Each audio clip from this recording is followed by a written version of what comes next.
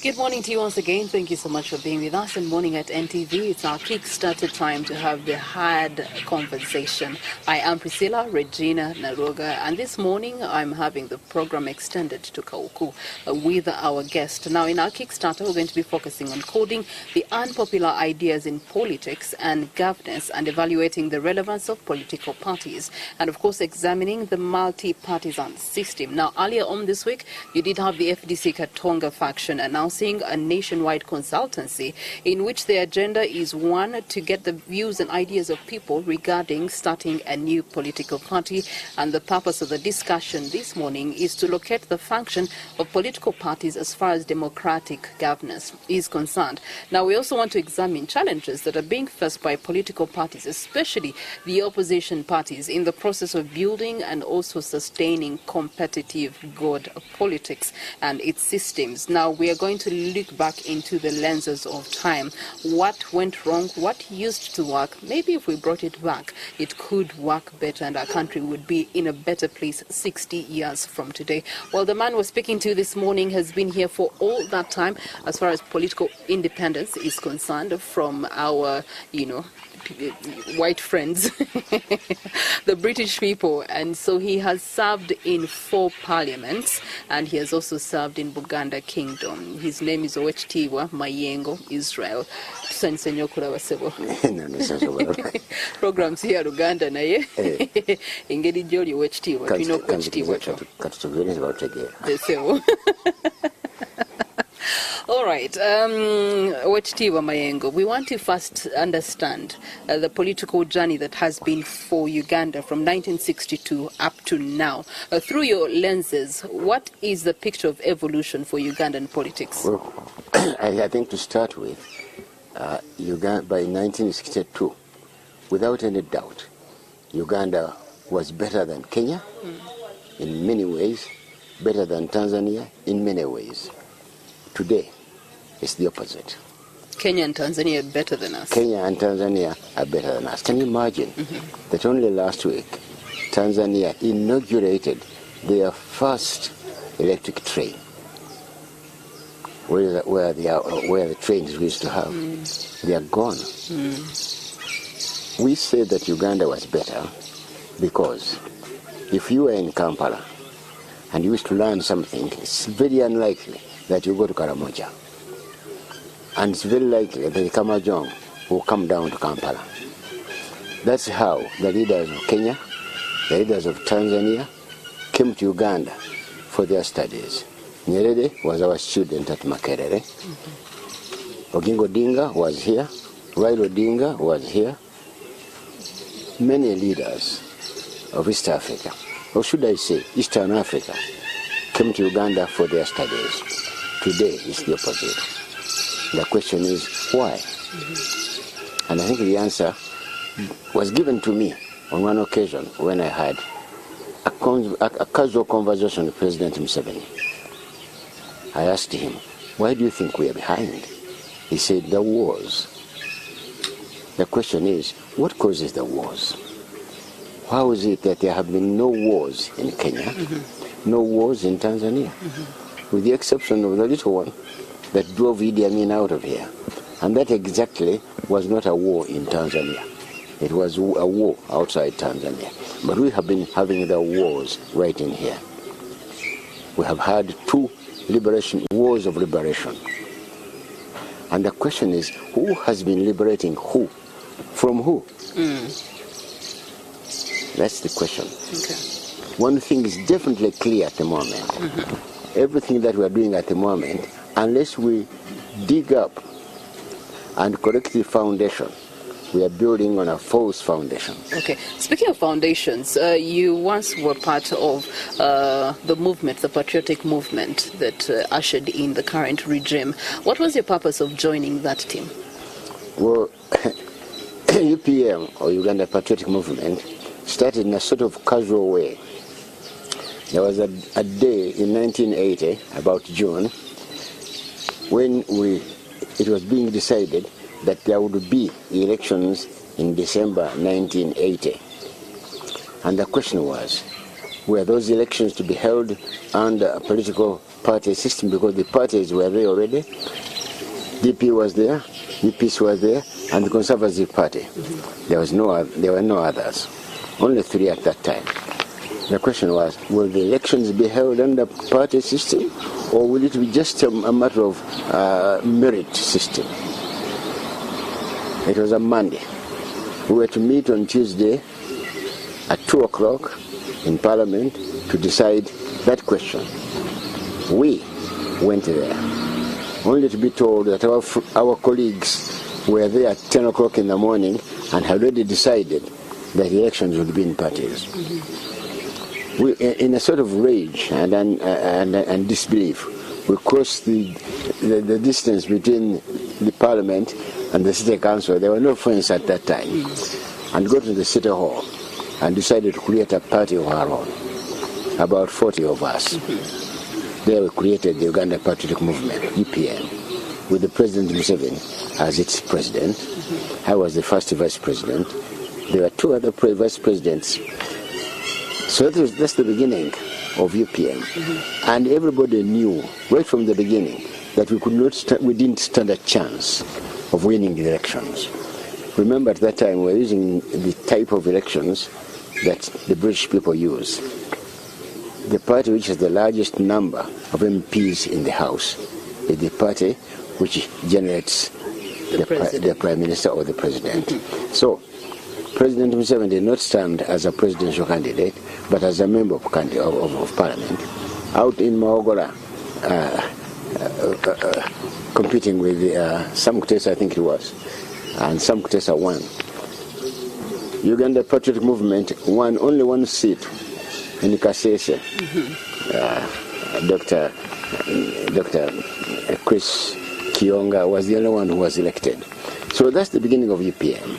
And UPM survived up, I should say, about 6 months only, because at the end of the elections in 1980, it was announced that UPC had won the largest number of seats in Parliament, which most people disbelieved. And so, President Obote was sworn in again as the president of Uganda. Okay. Now it's a rumor that we are told that he was advised that he had no worry and had nothing to worry about the Democratic Party, nothing to worry about the Conservative Party, that his only problem was UPM. Okay. So you see where I started from earlier on when I said that history is one of the best teachers that we have. You've talked about that divide that then led into the patriotic movement's existence. Yes. It's the same thing that we're saying today with the FDC Najana Nkumbi and the Katonga faction. Now, the FDC Katonga faction wants to break away from the mother party, the FDC Najana Nkumbi, and it's something that you have mentioned, that because of something that happened, a disagreement, and then you created another party. What does this breakaway, how does this help politics and governance at the end of the day when people are disagreeing on ideology and they decide to create another ideology altogether? Another ideology?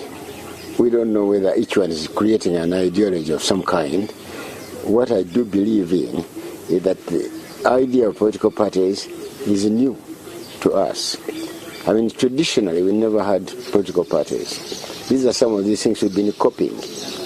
In my book, which is coming, and Popular Ideas, there is a little chapter called Parrots in Our Affairs.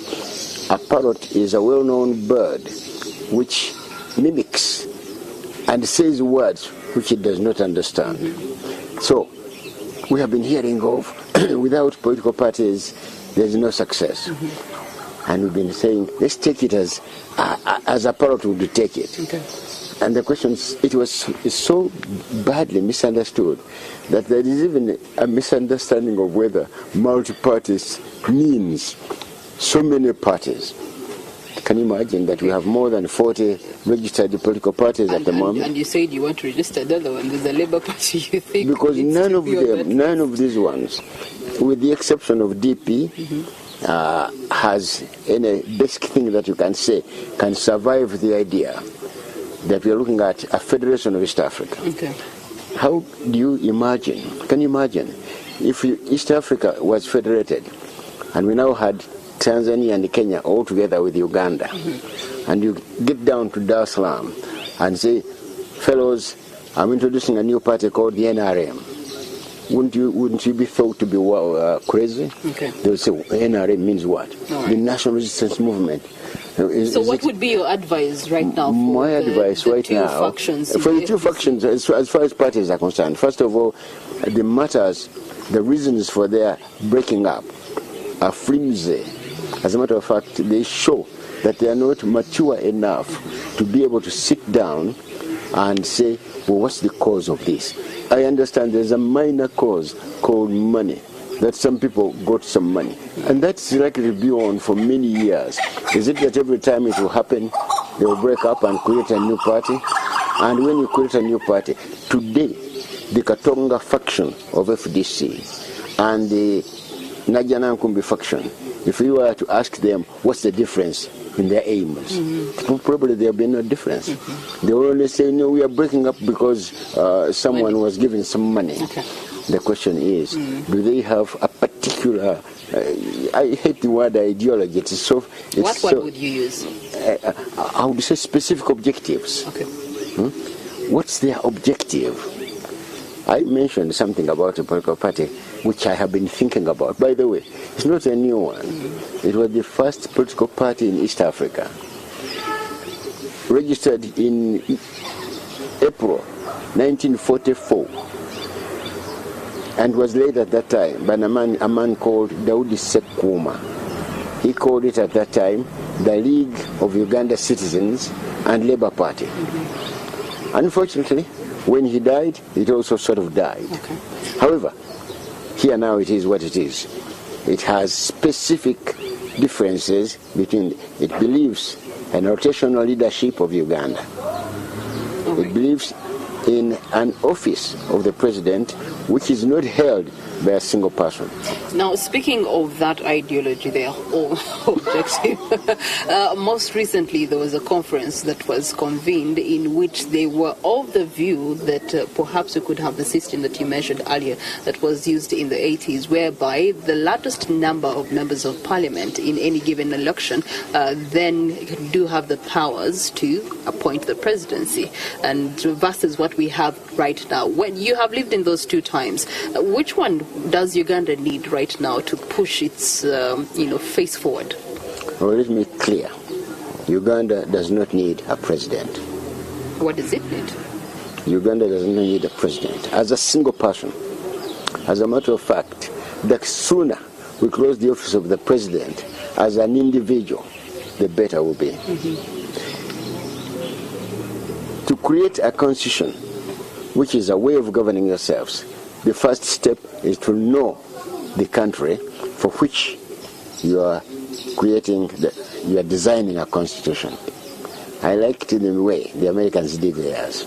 They had a man called James Madison who used to say, a constitution is like a garment.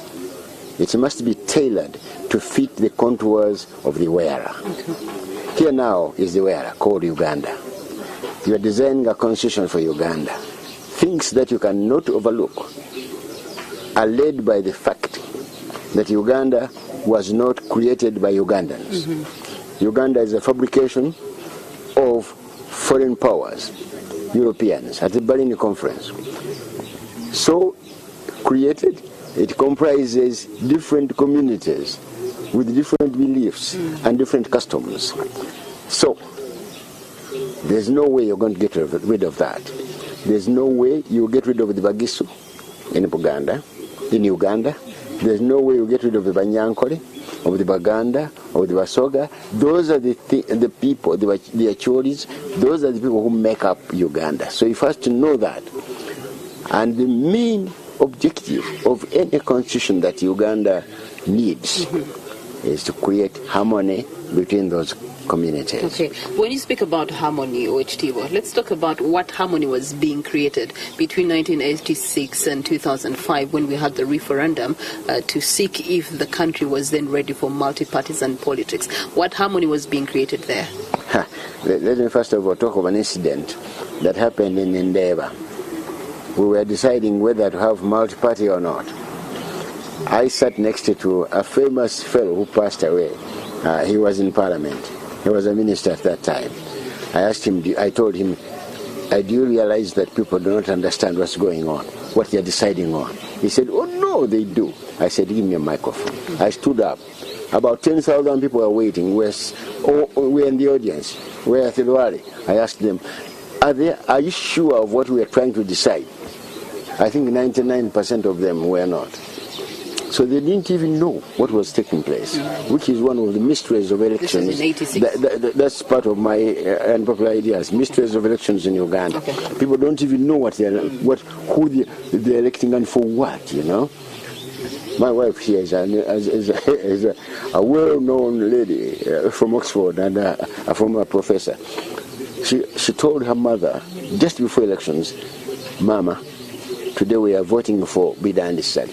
The mother said, Now, you can see the misconception right there. At the time of elections for CA, I was campaigning in my home area, Sessa Islands. I went to a home and I explained that we were electing people who would make the most important law in the country to guide how the country should be governed. And the lady asked me, you see, there is that basic idea. The ignorance of the masses. People are not yet ready for this type of thing. Okay. And as a matter of fact, probably electoral colleges, expanding electoral colleges might be the solution. That you elect using electoral colleges, and then you expand them, and you expand them until the population will be well enough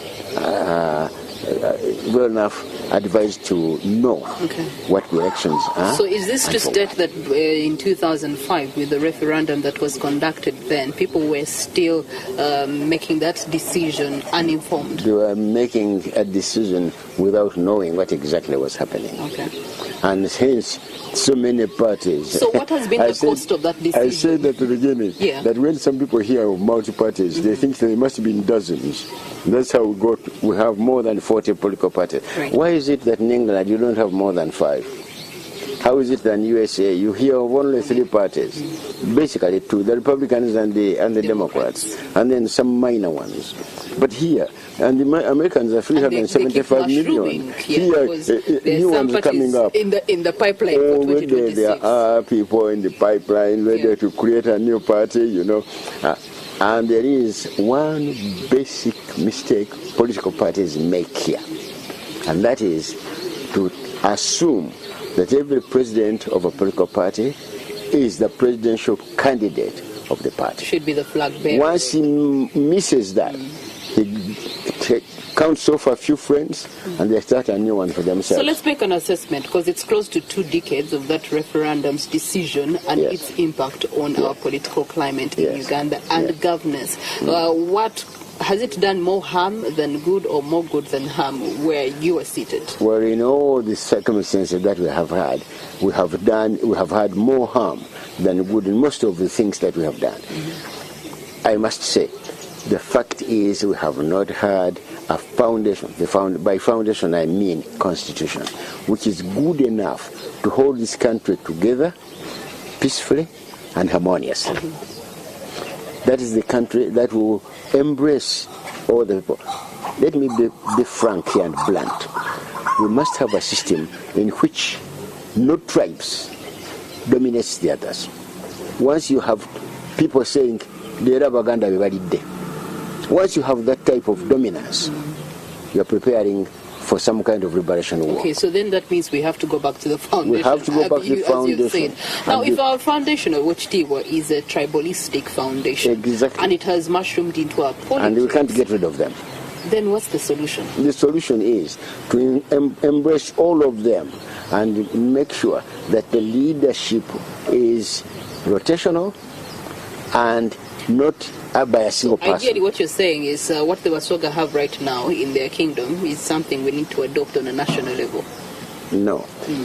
How does the East African legislative work? There's some kind of rotational idea. Rotation on what basis? The leader comes from Kenya, from Tanzania. In Uganda, the rotational nature that I'm suggesting is that we have a leadership, in other words, a presidency, which is made of a commission. And the commission is made of 4 commissioners. One is elected from the north, one from the east, one from the west, and one from Uganda. Do you realize that people even become a little bit nervous at mentioning the word Uganda? Because of something that has been cropping up for years. Do you know that in 1957 there was so much talk about changing the name of this country so that Bugandaism would be removed from it?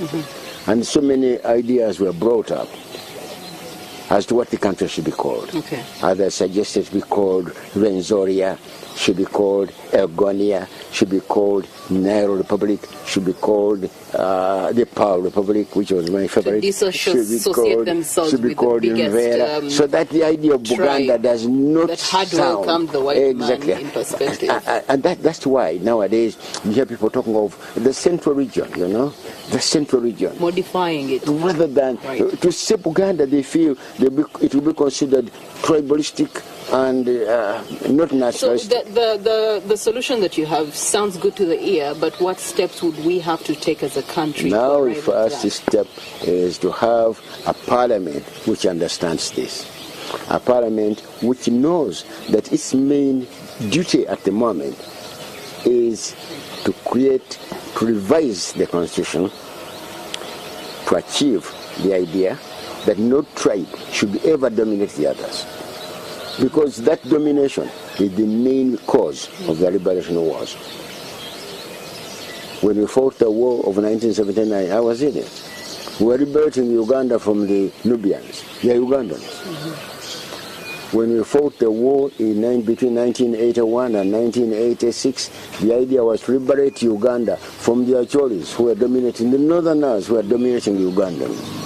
Now, those wars of liberation are the ones which have dragged Uganda from the top to the bottom. Speaking of war of liberation, every opposition party, that's pretty much their mentality, that they want to liberate this country from the national resistance movement's close to 40 years. Let's talk about how can that be made possible with the current political opposition environment that we have, division per division. The only way it can be made possible, as I said at the beginning, is to have a parliament that will decide that the most important thing this parliament can do is to have the constitution revised. 2 steps. Number 1, to have a commission that will collect ideas without all going together, You don't say the commission made of 20 men, now they are going to Acholi, now they are going to say silence. No, divide it up, and they'll collect ideas from around the country patiently, bring up those ideas without exception, and then set up another organization which should be like a mini constituent assembly to look at those ideas and incorporate them in the constitution. Without this time, do you know that we have a constitution now which was not approved by Buganda? What percentage of Uganda is Buganda? A substantial percentage. But how do you satisfy yourself that since 3/4 approved it, therefore it should go? You see, in this particular aspect, democracy in the usual sense of saying the majority have it, should be suspended a little bit and take to more common sense and say, we're going to ask the Karamajong, are you satisfied? When they say we are, then they are. Uganda, are you satisfied? When you create an equality environment. Exactly. You create an environment whereby parties agree to be governed. I want you to... Now, the concept here. To govern by the consent of the government. Okay. Now, do you realize that Buganda did not consent to be governed under this constitution? They are just being dragged in. That's why, up to now, they are still arguing we must have federal. We must have federal. Now it's in this revision of the constitution that would be catered problematic to subjects like federal will be considered. Okay. In Problematic your ideas about land will be considered. No unpopular ideas. Let's talk about your other unpopular idea, the cardinal idea. What is the cardinal idea? The cardinal idea starts with the removal of the office of the president and the replacement thereof of a commission of 4 with rotational leadership. Each leader, chairman, lasting only 1 year in office, and then the next one, and then the next one. There will be no worry that they're going to be overthrown in a coup, because who are you overthrowing?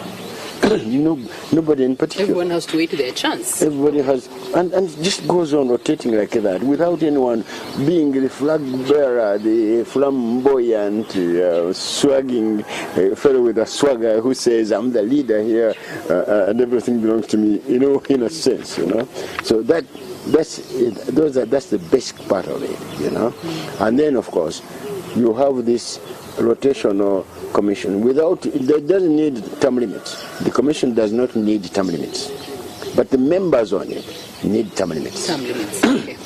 Something else I want to find out from you: when you were, campaigning back in your home area. I wasn't elected. No, whether you were elected or not. No, I'm saying for CA. Yeah. The point is that you had to engage with the community to convince them that you were the person that could represent them well. Yes. However, my question is, what did you use to convince people then versus the monetarization of campaigns and at the time the campaigns on what basis would people believe you? People believed in what you were saying if they understood it. But basically many of our communities which do the elections do not understand what the members they're electing are going to do. Which is a continuous issue that we do have it's continuous in the even now. If you stood here and bought enough beer here and told the villagers here that you build a bridge from here across the lake here, they will believe you. So perhaps our problem is not our leaders, and our problem is our population. Yes. How do we remedy that problem? Well, we remedy it, as I said at the beginning, by first of all having the elections take place in the regions, and those regions elect a member to be the commissioner to represent them. And even in those regions, rotational leadership should be, because when you go to the north, you find that there are the Acholi, the Lanyi, and you find the Aruru and Lugbara, they are all there, and among themselves, they have to use that method. In Uganda, here, it's not so necessary, unless you do it in the clans. In the West, there's a larger problem, because there are two main groups. You will find the Bahima are different from the Bairo, but still, they'll find a way. First of all, the people must agree that there's nobody who is going to have the swagger of saying, I'm the leader here, That has to be brought down a little bit to make sure. And that means that we don't have to copy everything. When you're making a constitution, make it for yourselves. I take the example of the Swiss constitution. The Swiss constitution was made in 1848, and that was 61 years after the Americans had made theirs. The Swiss did not copy the American constitution. They even included things which are ridiculous. You're not allowed to slaughter. They're ridiculous to you and me, but to them, yes, they're proper. In Switzerland, looking at it, the country is made of tribes. There are Germans in Switzerland. There are Italians. There are French and others. Do you ever hear anyone saying, on this occasion, it's the Germans who are eating in Switzerland? You don't hear of it. Why? Because nobody actually singles himself out as the leader of Switzerland, and therefore he is almost the overall control of Switzerland. It's rotational, and sort of gentle, and as a result, I think Switzerland, in the whole of Europe, is the most stable, the most prosperous, one of the most prosperous countries in Europe. Okay. And it has had no wars, does not engage in controversies. You remember that I was not only a student, an intern, but on the staff of the United Nations. Switzerland is not a member of the United Nations. It's just an observer, just like the Vatican is an observer. So they're just observing, and in the controversies, they don't belong to the East, they don't belong to the West, But here we are. We go with everything. My unpopular ideas even contain things about foreign aid. There is the inverse foreign aid. Yeah. There is the mysteries of foreign aid, the enigma of foreign aid. And when you speak of foreign aid, there's something that you bring into light. The tribes of Africa. Apparently, there are new tribes of Africa. Oh, indeed. I've heard of tribes such as refugees among others. What does that mean? The first question is, when did the new tribes start? And which are they? Well, the fastest growing tribes in Africa are the rebels and the refugees. Were they here before independence? Not so much, hardly any. And that takes us to the main question. Have we really succeeded in governing ourselves well? I think we have not. Isn't it true that our main idea, first of all, before independence, the objective was to get rid of the Europeans who are governing us? Which we succeeded? Okay. Which we succeeded. Now the objective is to govern ourselves well. Okay. Which we have so far failed. Yes. And of course, and then there is in the unpopular ideas, the idea of relativity. This idea that we have failed is relative. You find those who are saying, oh, we have been enormously successful. And then you find others who will say, what? Where is the success that we had? When the British were here, how many safe houses did we have?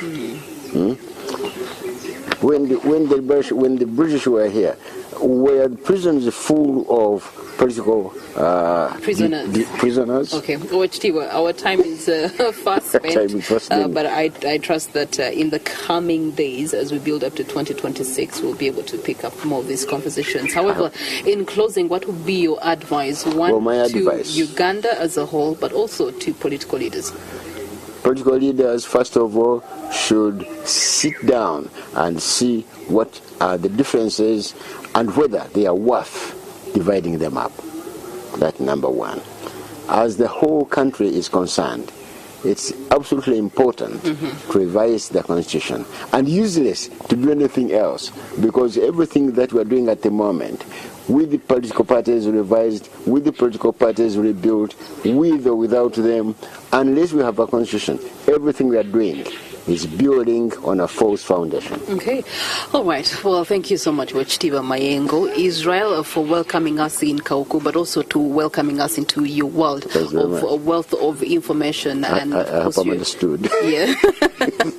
Your expertise. It's been amazing to hear all these inputs. Of course, he has talked about the cardinal idea, which should be a grand solution to the current political divide and challenges that we do face as a country. However, until that becomes a reality, he has opened up our eyes to the fact that we can actually adjust perhaps the constitution to then favor the times that we are in, given the fact that there's been tests here and there of different elements of governance. Have they worked? If they have worked, we keep them. If they have not worked, for example, multipartyism politics, close to a decade later, is it working or not working? Then perhaps it's time to have it revised so that we can have politics that then leads to good governance, which then leads to social and economic development. The other thing he has also mentioned is the parotistic idea of mimicking what was given to us and carrying it on. But have we carried it on well? Has it yielded the kind of fruit that we should be having? Anyway, when we do the comparison to those that gave it to us, where they are today and where we are today in the same year, why are we having that gap in terms of development? Why are we still being called the underdeveloped country and they are the developed country? And who's drawing those lines? And who's